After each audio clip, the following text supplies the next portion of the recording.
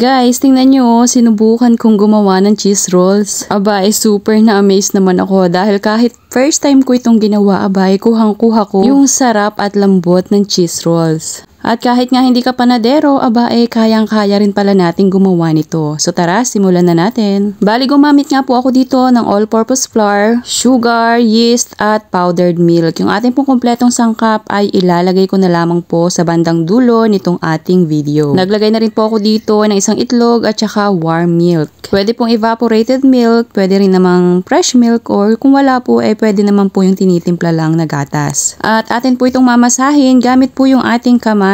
Tapos, naglagay na rin po ako dito ng butter. So, ayan, kailangan po natin yung mamix dito po sa ating dough. And syempre po, mas maganda po kung mamasahin po natin yan sa ganito po masahan. So, ayan, bali ito po ay aking minasa sa loob ng 10 minutes hanggang sa maging smooth na po itong ating dough. And after ko pong mamasa, ito po ay hahayaan ko po sa loob ng 1 hour. So, ayan, nilagyan ko po siya ng plastic at pinatungan ko na rin ng pinakang tadtaran ko. At ayan, lumobo na nga po after 1 hour at atin po yung susuntok-suntukin para naman po ma-release yung pinakang hangin niya sa loob. Pagkatapos po niyan ay atin na po yung i-divide sa laki po ng inyong gusto. Bale, 8 po itong aking nagawa. So ayan, after po niyan ay atin na po yung bibilog-bilugin and syempre ifa-flatten po natin para mailagay po natin yung ating palaman na cheese. Bali, ang ginamit ko po ditong cheese ay Eden cheese, pero pwede naman po kayong gumamit ng kahit anong brand ng keso. Madali lamang po yung irolyo para lamang po kayo nagbabalot dyan ng lumpiang Shanghai.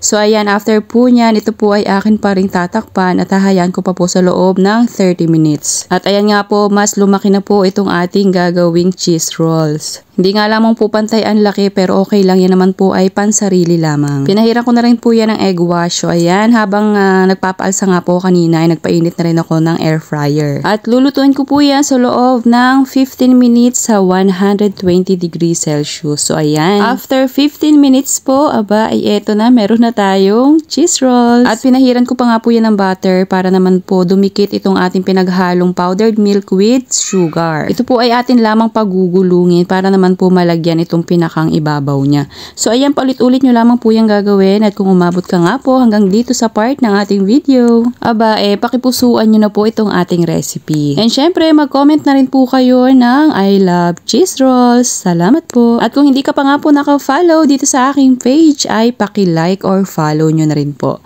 Thank you po ulit. So ayan na, ready to serve na itong ating homemade cheese rolls. Na talaga naman po super tuwang-tuwa ako dahil first time ko po itong ginawa. And so far naman po, aba kuhang-kuha ko rin naman po yung paborito kong cheese rolls dahil napakasarap at napakalambot din naman. Serve and enjoy!